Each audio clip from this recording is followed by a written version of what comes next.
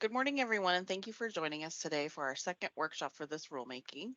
I'm Amelia Boyd, and I'm the Program Manager for the Medical Commission and the organizer for this webinar. This meeting is being recorded and will be made available sometime within the next week. The documents which will be discussed here today are available on our website, which is wmc.wa.gov. All attendees are muted. Panelists may unmute themselves and share their webcam. Attendees, if you have a question, please use the raise your hand function or put your question in the chat. We will get to those questions as quickly as possible. I will begin the roll call of panelists and staff. When I call your name, please introduce yourself. Let's start with Marissa. You could introduce yourself. Hello, I am Marissa Courtney. I'm the licensing manager for the licensing unit. And then Heather Carter. Yeah, this is Heather Carter. I'm Assistant Attorney General, Legal Advisor to the Commission. And Dr. Domino. Hello, I'm Karen Domino. I'm the current chair of the Washington Medical Commission. And Dr. Kohlmeyer. Hello, I'm Dr. Pam Kohlmeyer. I am the policy manager and I'm also an attorney for licensing. And then Emma. Hi, good morning. I'm Emma Marienthal. I'm the licensing lead for the licensing unit. And Micah. Morning, Micah Matthews, Deputy Executive and Legislative Director for the Medical Commission. Just a second. And Fatima. Morning, my name is Fatima. I'm the program case manager for the Medical Commission. Thank you. So Dr. Curry, please introduce yourself and then you may read the script. Okay, I'm Diana Curry. I am a commissioner. So good morning, my name is Diana Curry. I will be the presiding officer for the rules workshop. Today is Tuesday, April 19th, 2024. It's 10:09 a.m. This meeting is being held via Teams webinar and in person at the Department of Health in room 153, located at 111 Israel Road Southeast in Tumwater, Washington. The rule being discussed today is regarding Second Substitute House Bill 1009 regarding military spouse employment. Ms. Boyd, please give an overview of the rules process and the proposed timeline. Okay, so here's our proposed rule development timeline. Hopefully today will be the last workshop for this rulemaking. So we hope to file our CR 102, which is the next step in the process. It is the proposed rulemaking step in September. And then we hope to have our public hearing for this rule to make it permanent in November at our business meeting. And then early in 2025, we will adopt, or the final rule will be made permanent, and then there will be a concise explanatory statement included with that. And then it's usually after we file the CR 103 that it's 31 days after that that the rule will be in effect. So when the rule is in effect depends all on when we file that CR 103. And then that is all I have for now. Any questions regarding the rules process and the proposed timeline?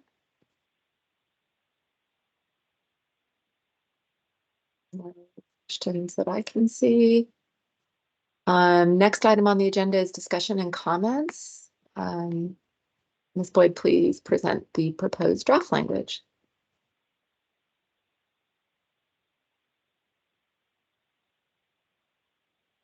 Oh.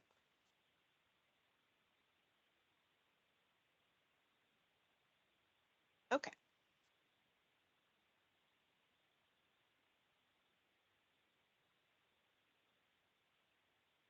Okay, so here's our draft, and I'm going to have to work off of two different documents because we have a lot of comments on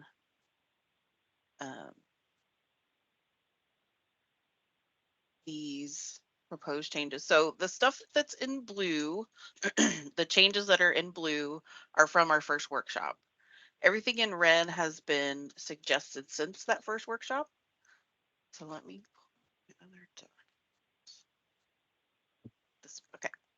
So we've had some suggestions to add expedited, which I think is fine and makes sense. We should do that because it is expedited. And then we need to have some discussion on this addition that's in Sorry, red, this number 1. Yeah, Amelia, can you make it just slightly bigger? Somebody asked, and sure. also I'm having a hard time reading it. Thank you. Oop, So that's just great. jumping in here, folks, if you mouse over the document, you will see a plus or minus sign in the lower left-hand corner, and that's your individual Zoom control. So you can make it as big as you want. Thank you, Micah. Micah. So, let me take a look at my notes.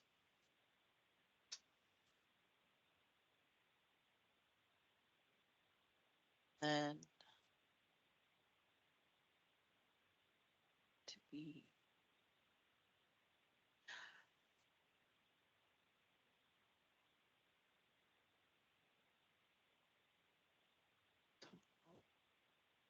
change that. Pull up another document.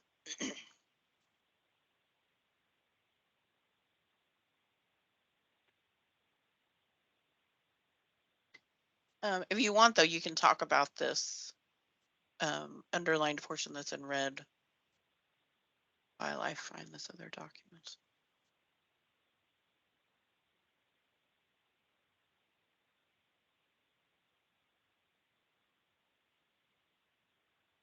Diana, are you okay if I make a comment on it? Yeah, go ahead. Yeah. Thanks. So initially I put this in because it was a little bit vague about who determines what's substantially equivalent, and does the applicant have to figure out if it is, or do we? So it was an attempt to help with transparency, although I will say I'm kind of withdrawing that suggestion because I was trying to figure out if this is something that the applicant needs to figure out if they qualify, or if they submit that they have an active license in a state, and our licensing folks see if it's on the list. And then it would make sense that it's on our website, so it's transparent. But I don't think it needs to be in the rule.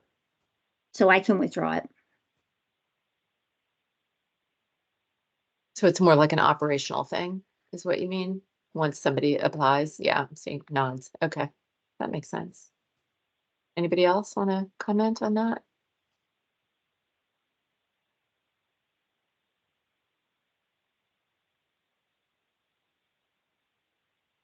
Tom Holt has a hand up. Yeah, Tom Holt here on behalf of Zoom Care. And sorry, I'm not on camera. I'm just not in a good spot for that.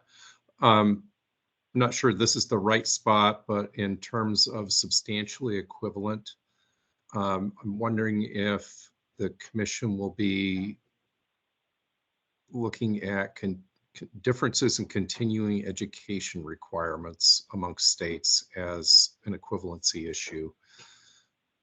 And what I would suggest is that, because there's a lot of nuances in that, and various states have various lists of that, that the commission consider not including continuing education specifics as part of the equivalency test, so to speak, but to give licensees an opportunity then to do whatever unique to Washington ones are that differ from where this person comes from. Does someone from licensing want to? Yeah, go ahead. Yes, I can.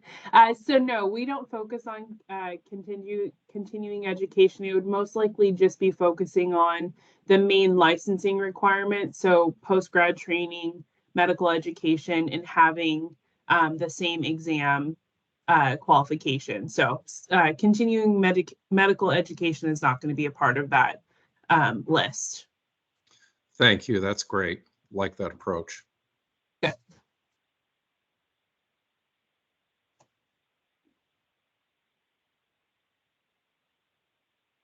So Pam, you were saying as far as this number 1 goes, to eliminate it? Fix it. Okay. So I'm gonna make a note.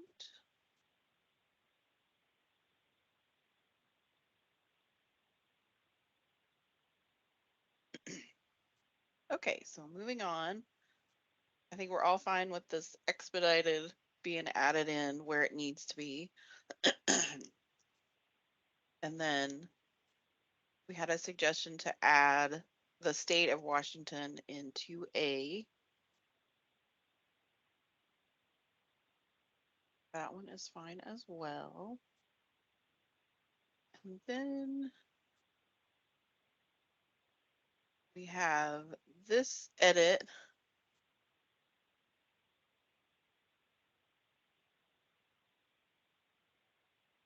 And so I had questions about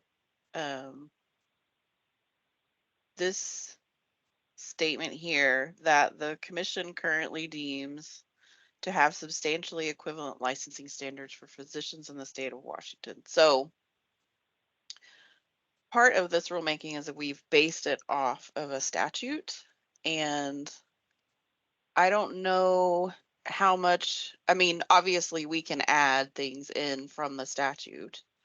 But our language when we initiated this rulemaking, when we established this subsection, was based off of the RCW. And so, I think it just depends on what we want to do as far as that. Go ahead, Micah. Yeah, I've been questioning reading this, and so I guess if I'm understanding this right, the military spouse language doesn't talk about substantial equivalence, does it? That's a different statute. That's the 130077, correct? Yeah, I think so. So let me look. So based off of, if that's the case, then I'm not sure we would have the authority to do this because we are citing a specific statute that's not included in this rulemaking.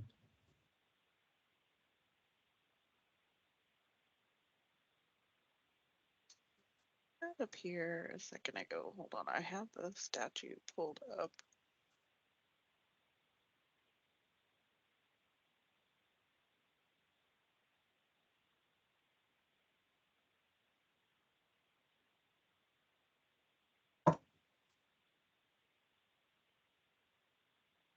Sorry. I had it pulled up and now I cannot find it. Pam, do you want to chime in while Amelia's looking for that?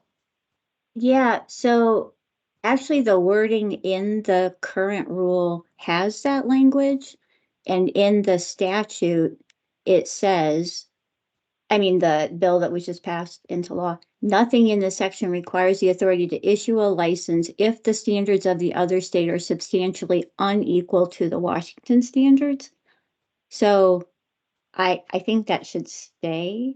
And I think it just came up as a red line edit. I don't even know why it did. I don't understand IT stuff, but I would let be and leave that language in about substantially equivalent.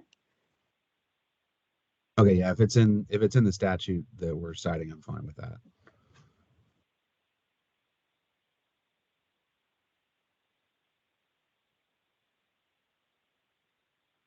And I think, if I may, Courtney, did you say that basically it's just the main like education and licensing exams and things that have to Yes. be equivalent, which probably every state has. So hard to imagine this will be a problem, right?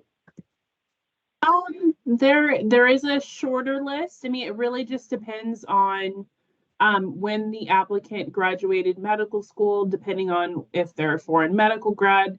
We do have a similar list that we use for our current temporary practice permits for MDs. It's just going to look a little bit different for the military spouse, but the standards would still be the same.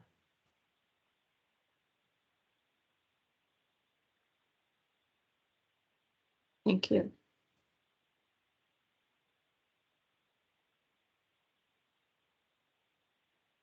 So Are we agreed to keep this in then? Because it's very much like what was already here.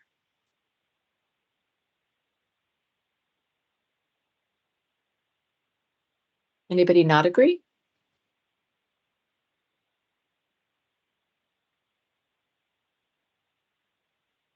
Seems like we could keep it in then. Okay.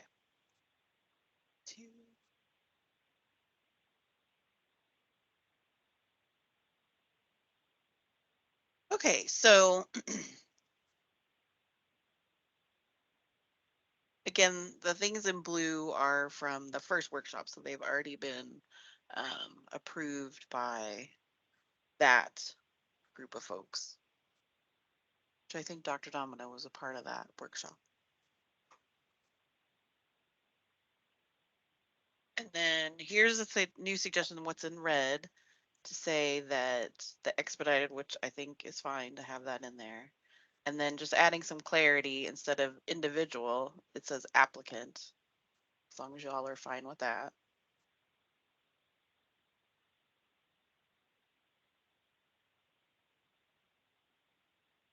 And then I think,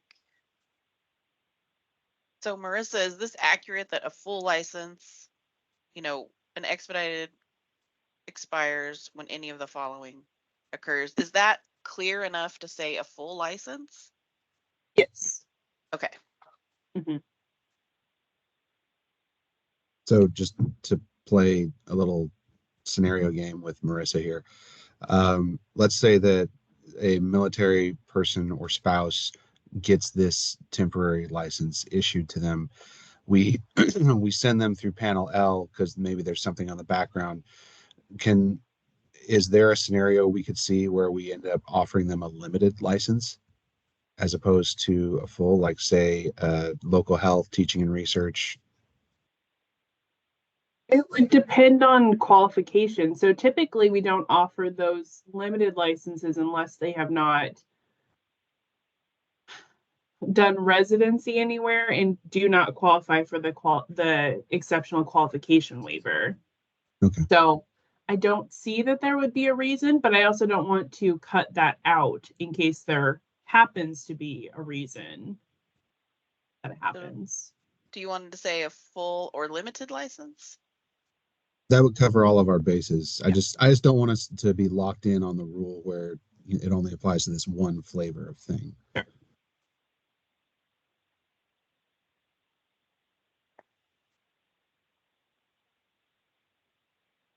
All these expediteds, we're just hopping right over those.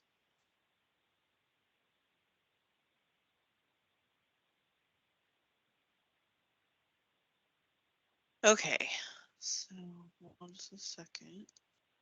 Formatting. All right. So moving down to, I think this is 5 now, 5B.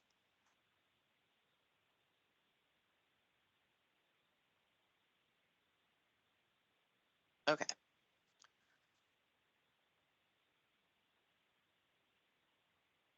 Sorry, I'm having to look at my notes on this.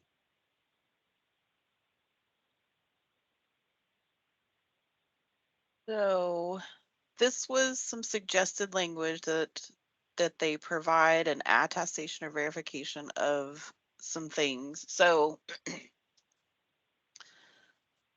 find my little note here.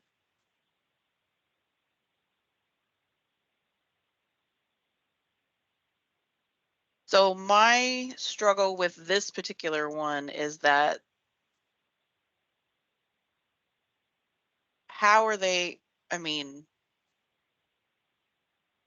how do they prove that they reviewed the list of states? And also, is there a mechanism in place to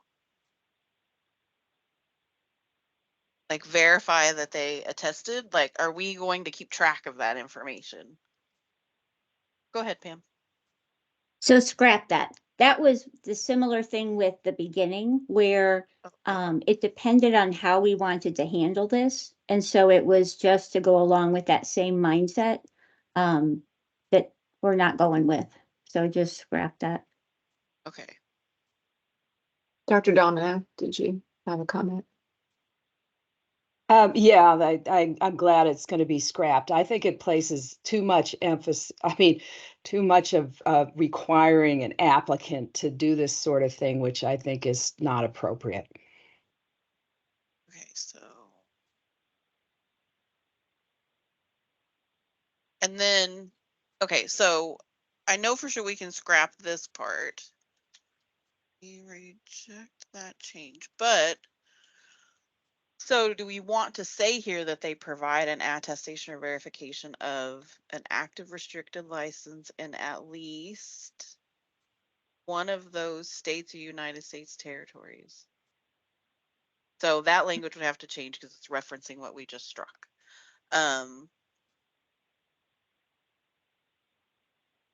Amelia, can I make a comment? Sure. I mean, absolutely. That's what a workshop's for. Yeah. So just talk Yeah. away. I would keep it the way it is, that they have to verify that they have an active unrestricted license. Internally, we look to see if it's of our substantially equivalent standard. The one thing I wonder is asking them to attest that they're not under investigation discipline type thing. Because if they have, say, 5 licenses and one of them is active and unrestricted, but 4 of them have restrictions, that doesn't fit within really qualifying for this. So I don't know how we want to address that. Okay. True, spoken like a true lawyer. The loophole. Active unrestricted license and at least. Which Do we need to just say this that all morning, license? Yeah. well, I was gonna say just this morning when I was looking at it again, I came up with, I think something that would fix it. So if we keep, let me see if I Okay. can find it. If we keep the verification of, having the license, but then they attest that they're not subject to any pending investigation, charges, or disciplinary action by a regulatory body of any state or US territory. That covers both, I think. And I think we can keep this for sure. Any other state or US territory. Yeah. Is that fine, Marissa? Oh, go ahead, Micah. So isn't our typical process to have them complete personal data questions, and therefore they would answer this already? And the other part of our typical process is they have to use the Veridoc service to verify all active licenses in the US that they have? No. So Okay. we have removed that requirement. So they're still going to submit a new application. They can't just submit the temporary practice permit or the temporary permit request and then no application. They're going to have to submit both. So we'll get the personal data questions. We'll do our internal license verification that we do with FSMB and AMA. So we no longer require them to just go through Veridoc. We still get them, but we don't use that as our primary verification process. So I think we're fine. Okay, so based off of that, I'm not sure that I would add an extra attestation requirement. They're already answering our pretty well vetted personal data questions that talk about being under investigation, and it's more expansive than a regulatory body. It goes not only U.S. but foreign jurisdictions as well. Can I just ask, is it clear that for the expedited temporary permit that they have to fill that out? I just wonder What if I it's heard from clear. what I heard from Marissa just now was, in order to even come down this path, you do have to fill out a full license application. Yes. Yeah, the spouse request form is supposed to be attached to the application. It's not something that we're going to post on the website to just have someone submit. We need to make sure that they actually have gone through the process, at least paid the application fee, even though there's not going to be a fee associated with the permit. We still need to have some substance to be able to verify prior to issuing this permit. The temporary one. Yep, the temporary one. Yep. Okay. So And with even, all and that said, oh, go ahead. well, and I just want to point out too, the form that we've created also says that step 1, that they need to complete the full application and submit the fees. So it's a requirement in the actual form before they actually sign up for it that they need to submit that application to us too. So we'll get that information.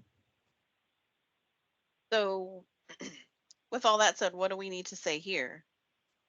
Do we I'm still thinking we say might that need to they just delete B.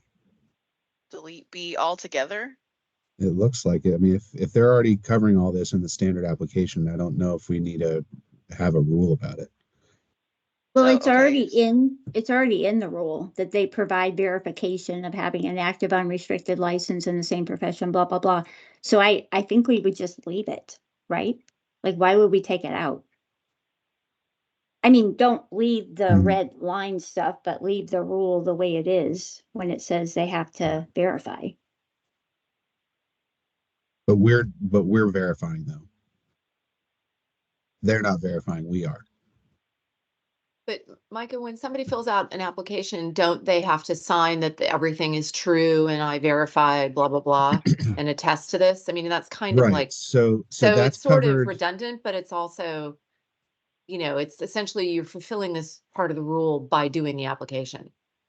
Right. And I would see your point there, but I would also say that that's covered by statute. 1871-050 is what defines what must be submitted to the commission to get a license.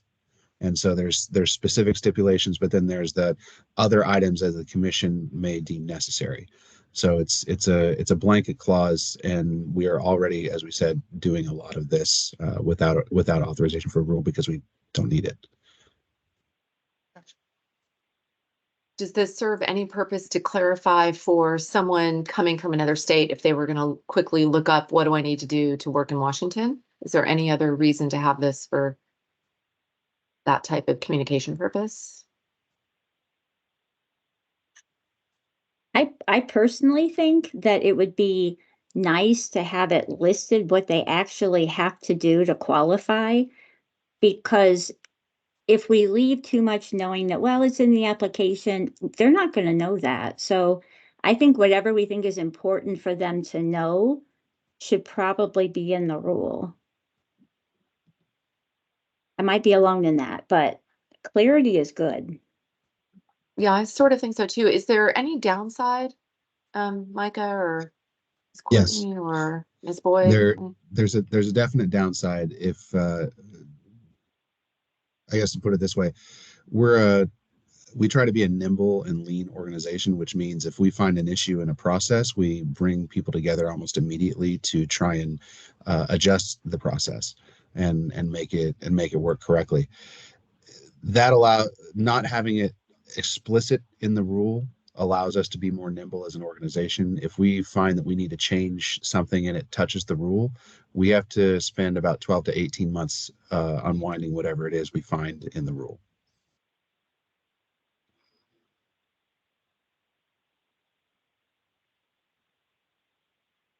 Karen, do you have your hand up? Yes, I do. I would propose listening to Micah and getting rid of it. I think it wouldn't a lot of what is needed just be best put on a website so someone can look under on the website just saying for this expedited thing, this is what you need with bullet points of what you need. And that would give them more information. I don't know how many people would ever an applicant would ever look at a rule. Good point. Dr. Jager, are you there? Do you want to weigh in? My understanding is we need 2 commissioners, right? Amelia, three commissioners to agree. April. Oh, hey. I tend to be of the mindset that if it's not needed to remove, just because I think it potentially gets us into trouble later. I like things to be clean, and if not necessary, to take stuff out. So that would be my 2 cents.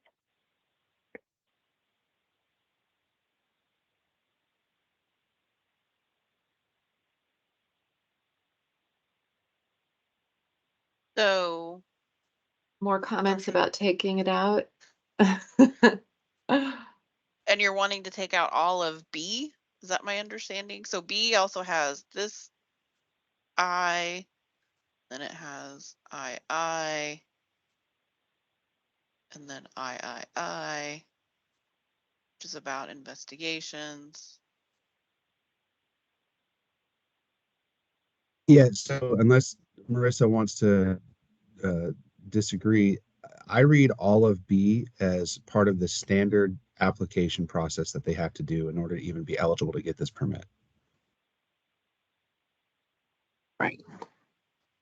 Are we still following the same prototype or like procedure if we have board action or if there's a pending investigation, they do not qualify for a permit, even though they're military and supposed to be granted this license no matter what, or permit? I'm trying to remember what we decided on. So Also, we have Tom Holt wanting to make a comment. Yeah, thank you. I just want to voice support for Karen and Micah's comments. I think this is where kind of less is more. And if we just go back to what was the purpose of the bill, was to have a clear, relatively easy process for these military spouses to begin to work in Washington, provided that they are licensed in good standing. So I think the notion of not putting into rule what you don't have to, and then focusing on a little information piece on your website of here's what you need to do if you're transferring to Washington as a military spouse, seems like a really good way to go. Thank you. Heather, I see your hand up. Yeah, so I don't, my opinion would be to remove the attestation and verification requirements. You just want to make sure that people know that to get this, yes, they need to be unrestricted and not pending an investigation. And I think that's earlier up in your rule, just the qualifications. I think keep going up, right? Isn't it up there? Like maybe very beginning. oh, Oh yeah. Okay. It's Yeah. not such a, yeah. yeah. Yeah, so I don't think you need this is what we're gonna make you do to prove it, because you guys are checking that, your licensing people are checking that on their own. So I don't know that in rule you need to say what they need to attest or verify. You do that as a process already, but just as long as they know, yeah, you're not going to get this license if you're under discipline or have an open investigation. Okay, thanks. Pam, I know, and maybe Marissa, you both wanted to Yeah, weigh in again. I just had a question. So they fill out the full license application, but say in one of the states they are under investigation or discipline, but they check the box. Eventually there'll be a box on Helms when they apply saying, I want the expedited license. So they might get the expedited license, right? If they don't have to attest to something. Am I missing something? Because eventually licensing is going to find out they're under investigation. Panel L is going to talk about it. But in the meantime, haven't they been practicing with this temporary expedited license? So it's not No. one that they can automatically get right as soon as they apply. It's still going to have to go through an internal review. I think we have 30 days from initial receipt that they can that they'll be granted that. So we're still going to go through, and if we see any boxes checked as a positive answer to a personal data question, that automatically puts them out of this 30-day time frame, and they have to go through the non-routine process and possibly go through panel L. So they're not going to be in this category that we're talking about. That's helpful. Do you think it would be helpful to have in there about the 30-day thing about, or not, that we have licensing or whatever? No, okay. Micah. So just two clarifications. The reason I wouldn't put 30 days in there is because it's already in the statute.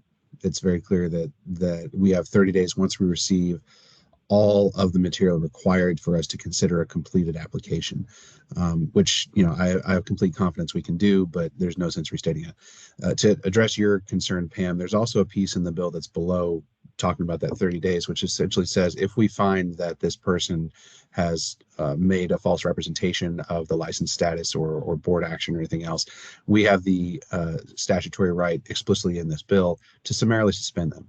And so that was kind of the handoff or the negotiation during this whole thing, where the legislators were wanting us to move faster, and we say, okay, we can move faster, but we need some additional authority if something goes wrong. So that's explicitly stated there in the law as well. So that kind of does that patient protection narrative that you're talking about. Well, that's good. If we put a blurb on the website that explains all that, I think that might suffice. And I believe the bill does require us to have a specific military spouse website, and it also requires us to designate a liaison. I'm not sure if that's Marissa or if she's delegated that to Emma, but We're it does taking require, turns. Yeah. yeah, it does require white glove treatment on the part of licensing.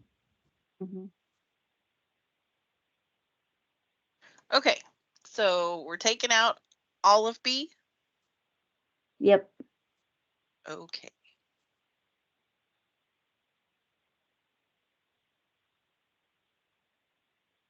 Okay. So moving on to C. Again, let's see. Hold on just a second. Right, anything in red was new since the last one? Or yes. Right? No, blue. Anything in blue. Okay, so anything in red we can ignore. Okay, moving on. It was the opposite. The opposite? Okay. Yeah, I thought red was Red you can new. ignore. Yeah. Red is the new? Yeah. Blue is from the last workshop. Okay. Sorry. It's very confusing. So on Okay. on C, I hate to be a broken record.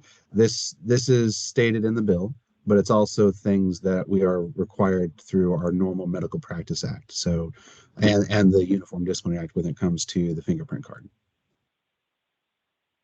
So can I just ask a question too? So this is just a military spouse one, but for the temporary permit, they have a lot of these things spelled out. So do we want to have them drastically different or not? I guess where I come down on it is, you know, if we're saying they have to submit fees and a fingerprint card, we already require that with the initial application, the full application. So it could be read that they have to submit an additional application, additional fees, and an additional fingerprint card if required. Is that what we're trying to say? No, I think we were just trying to keep it consistent with the temporary permit rule. Okay. But just trying to make this expedited language very clear that we're trying to do this quicker and less burdensome. But that's a burden that the others have already. So I mean, we could take it out, but it would seem weird, almost like we're not requiring it anymore, but we are.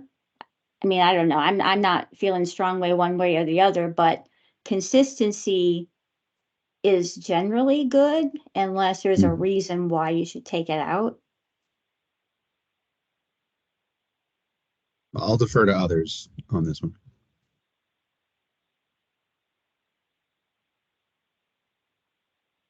Any other comments? I mean, isn't this just sort of like clarity again? Just the usual application has to be sent in? And again, is there any downside to saying it? This is April. Would it be helpful if you feel like you want to leave the language in, then to note that, you know, essentially put in a clause like, as with other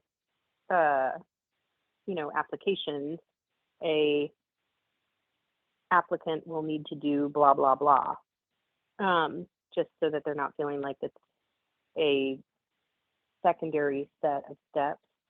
I mean, alternatively, as I think Micah was perhaps suggesting, is it necessary at all to state that they need to go through all of those things? Yeah. Dr. Domino. Yeah, I would tend to take it out. Okay. I think it's confusing. I mean, it seems like you're going to have things done twice. So then the only thing we need to actually say is that they need to send the military person's orders and a copy of the, their marriage license or whatever, because that's specific to them, to this particular category of person, of applicant, right? Yeah. We would reject this piece. Oh wait, and this. We'd reject.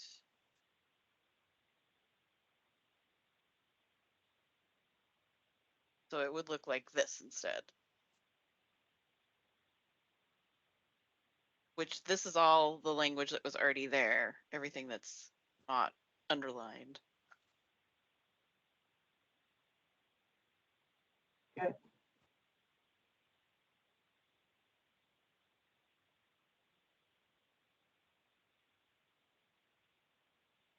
I have a question. Okay. In D, where it says submit a written request for a military spouse expedited temporary license. Marissa, didn't you say that form is like a special form that then gets attached, like goes with the application? Yeah. So I'm assuming if they look at that form, it'll say also fill out the full application or something. Yeah. So there Yes, it wouldn't will. be any like confusion, like, oh, I don't have to fill out the full application No. or something. No possibility. Okay. No, We're no covered. possibility. We haven't had anyone try to do that with our normal permit, so I don't anticipate them trying to do it with this, but we will make sure it's clear on all parts Yeah. that they're connected. So you want to keep D, right? The way that it's edited? Can I make one comment? I think that you Sure. could probably blend the last section and this one together and just say, submit to the commission a written request for a military spouse expedited temporary license along with one of the following. And then it shows the proof. I mean, we don't have to, but if you want to have one less section, I think you could do that. So blend D with C. Yes. So I wouldn't, simply because this is all about the person's orders and the marriage license and the reason that, they're verifying that they're a spouse of this military person. So I think we can just leave D as separate because it's like, oh, the next step. Although I don't think it's in like the right spot, maybe. It's not in the right order. It needs to be first. And also it'll Yeah. be A and B because we got rid of A and B before, I think. right. So here's A right now. It's meet all requirements and qualifications and practice standards for physicians. I think it could be the new B. Yeah, that makes sense. And then, okay. I will just make myself a note.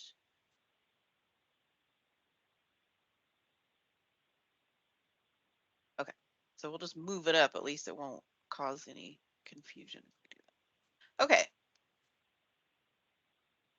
And then there was just this addition of the following definition shall apply. And then we did make a lot of changes to the military spouse definition, which I think were all approved at the last meeting. Did someone also add US Coast Guard? I was thinking somebody added that, but I don't know much about the Coast Guard.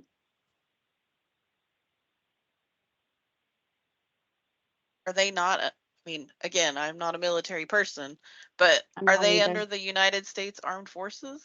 Are they? I think they're technically not. I think they are technically considered not armed forces. Oh, Hmm. so should we add the Coast Guard? Go ahead, Mr. Holt. Oh, he had his hand raised. Oh, sorry. Uh, The Coast Guard is considered a branch of the military. The reason I know that is many years ago, I worked in the, for the Secretary of Transportation, and Coast Guard was part of US DOT, and we dealt with that.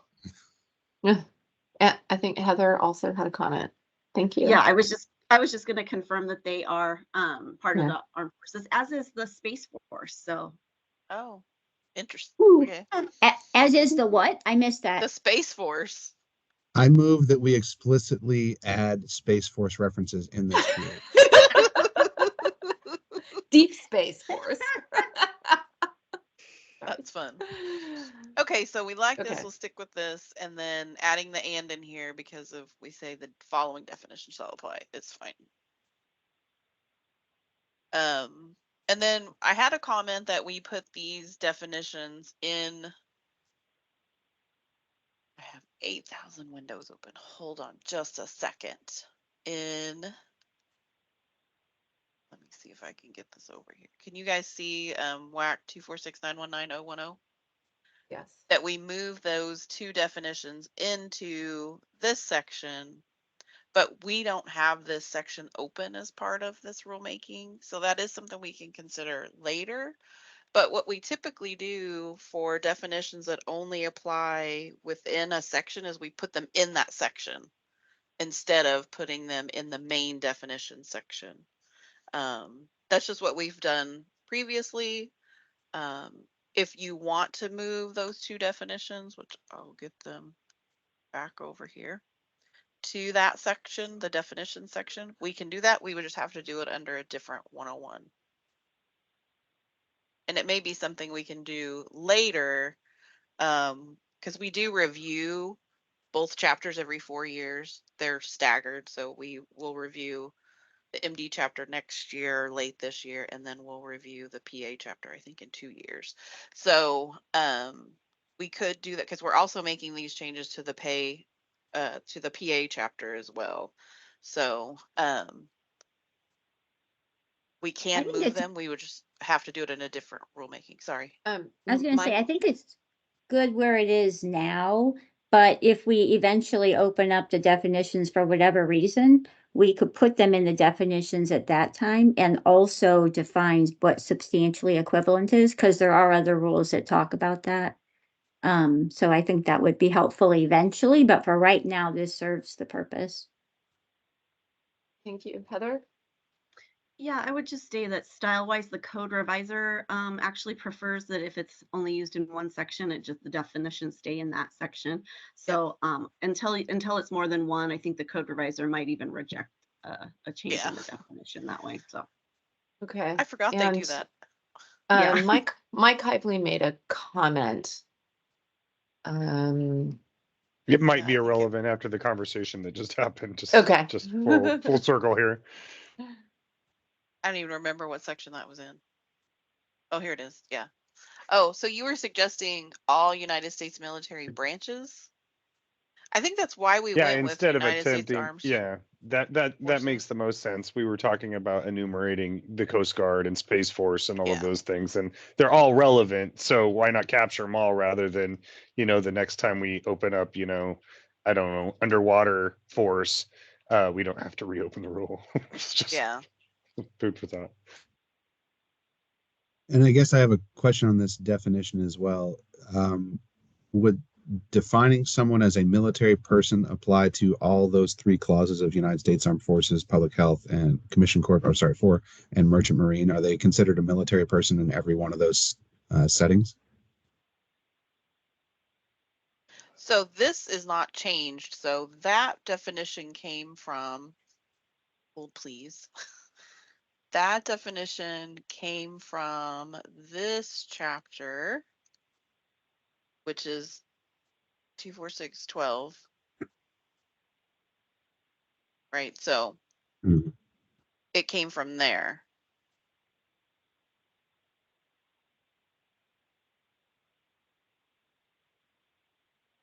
Okay. So I think that's, consistent. I mean, that's why it hasn't changed. And that's, obviously that chapter is what kind of, I will put it back over here. It's the procedures and requirements for healthcare providers. So that's where we took that particular definition from. Dr. Dominic? Yeah, but I thought we just said that the Coast Guard is part of the military. Didn't we say that? Yes. I thought they are, yeah. So that would leave them out, which, What? No, I they're think part of the armed they would fall forces. under United States Armed Forces, Dr. Domino. Mhm. okay, great. Thanks for pointing that out.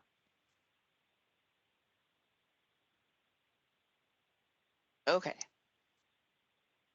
So I don't think we have covered everything. That is the end. So you've all agreed to this language, right? So you're fine with leaving A as it has been edited because that's from the previous one. And we're all good with saying the following definition shall apply. Okay, so at this point, if anybody has changes, what's that, Pam? Do we want to say, put the letter A in front of military spouse? Why don't we just take that out? Okay. Y'all okay with that? Yes. That makes sense. Mhm. Okay. So does anybody have any questions or want to go back to any language and talk about it? This is for everyone in this meeting. Floor is open. I wouldn't mind us starting from the top and doing a last read through just to make sure that we're not seeing anything extra. Okay, hold on just a second. Let me. And then, do you want me to accept all the changes and then we can read it? Yes, please. Or you could do simple markup. But There we go.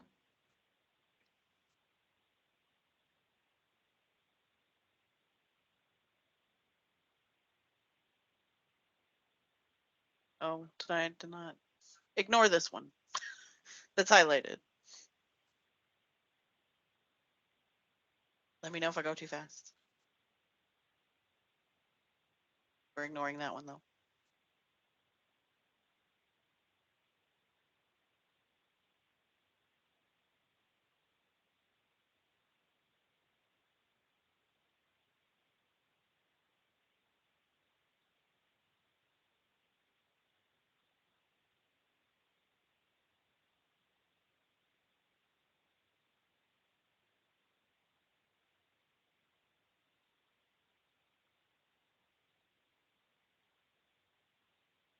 I will fix that later.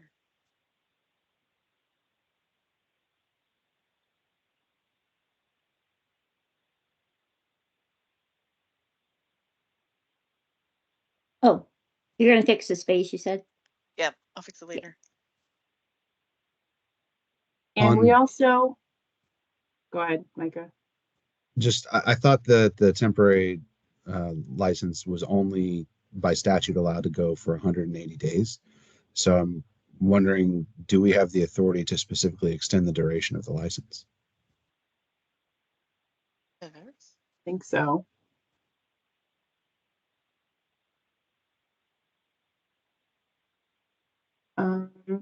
No, I think, well, at least unless it's mentioned somewhere in the actual rule or whatever, we only can grant it one time. It doesn't get extended. And typically we try to, if for some reason, like let's say background is the reason that's holding up the license, then we can issue a temporary background permit after that to allow them to continue to practice while we continue with their application process. But I don't think we can extend anything here with this permit once it's been issued.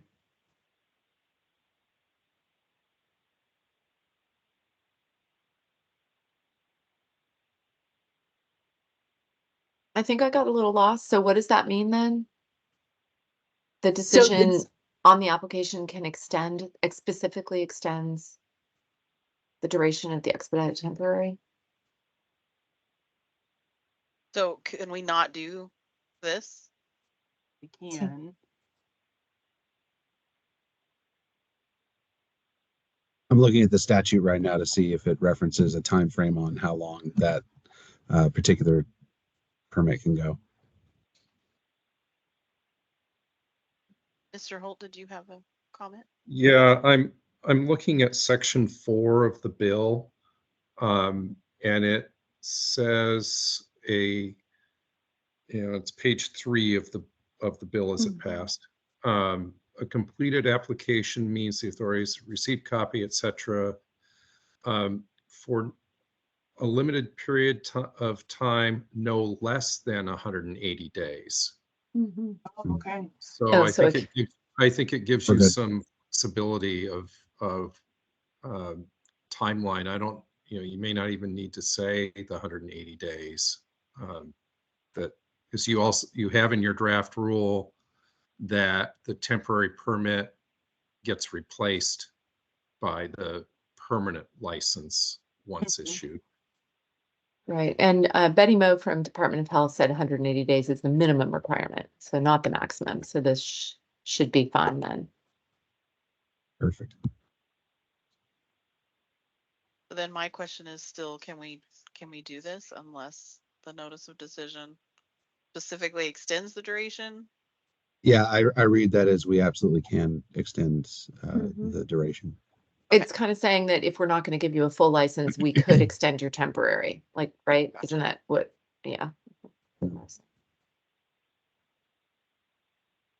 Okay.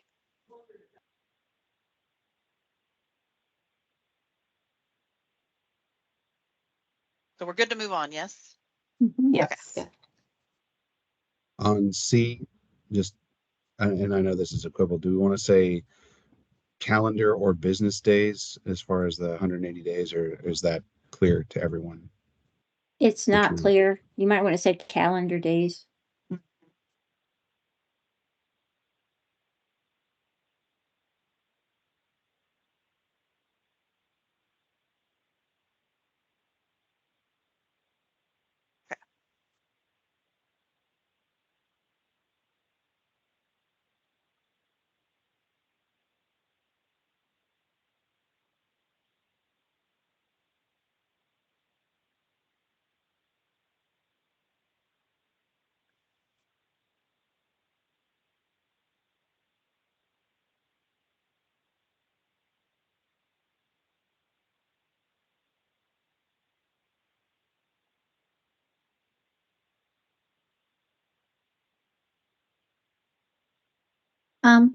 Do we need to put the word "and" after the partnership semicolon before section D or subsection D?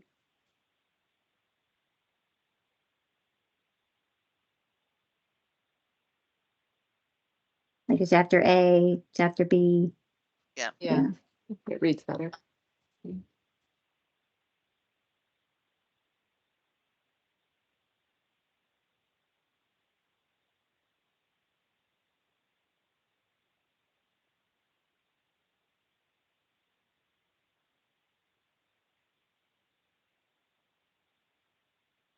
Okay.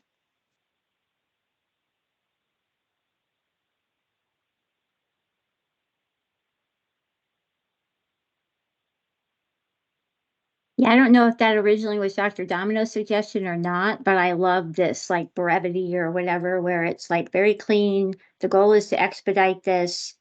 It doesn't have any more language in there than what we need.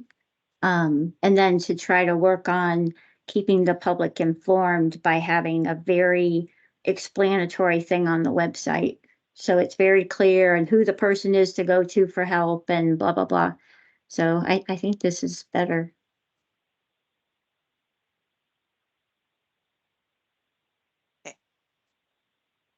Are we at the bottom now? Looks like we're, Yep, that's yeah, it. oh, that's it. So everybody happy with this? Any more comments? Yep. Tom Holt gave a thumbs up. I like that. Okay. Is there any other questions or comments? Are we Sorry, at the Dr. voting stage at this point? So they have voted on each change. Okay. So, and they don't like technically vote. They just all agree that this is the language we're going to move forward. So they don't have to technically vote on. Right. We like consensus. Yeah. But Dr. Domino and Dr. Jager, everybody okay with this? Yes, I am. Anyone else want to comment on anything before we close the workshop? I'm okay with it. Okay with it. Dr. Jager's baby agrees. She agrees. Can definitely close the workshop now. Okay. The definitive final word. Hold on. Amelia, are we ready? I am trying to find my, oh, there you go. Okay. Yes, I was just trying to get to my next step slide. Okay. So I don't think we will have another workshop. I think we're good on this language. And then, so the next step will be to file the CR 102 in the next few months. However, I do need to add the ask to initiate the CR 102 for this rulemaking at the business meeting, which is next Friday. So I'll have to add that to the packet and to the agenda, and then I'll send out a new, a revised agenda for everybody so that we can get it on the schedule now, because I think our next business meeting is like many months July. from then. I can't remember. July. Yeah. Yeah. Go ahead, Dr. Kohlmeyer. Oh, I just had a basic question because I'm kind of newer to this process. So at the bottom of the rule, it talks about the statutory authority that we have. Do we have to add any of the ones that were amended this time that kind of So kind of that's opened part this of, door? so that's part of the 102 and the 101. Yep. So Oh, the good. Okay. statutory authority is in those forms. So they'll add it when they codify the rule. So yeah. Beautiful. Thanks. So that's my plan right now, is to put the language that you agreed upon today, and then in the packet for the business meeting next Friday, and then ask that they approve initiating the CR 102, which is the proposed rulemaking. So that is my next step. Excellent. Last chance, if anyone wants to say anything. Okay, I don't see any hands raised, so I will close the workshop. Thank you, everyone. Thank you. Thank you for all your work, Amelia and Micah, everyone, Marissa. Hi. Bye. Bye.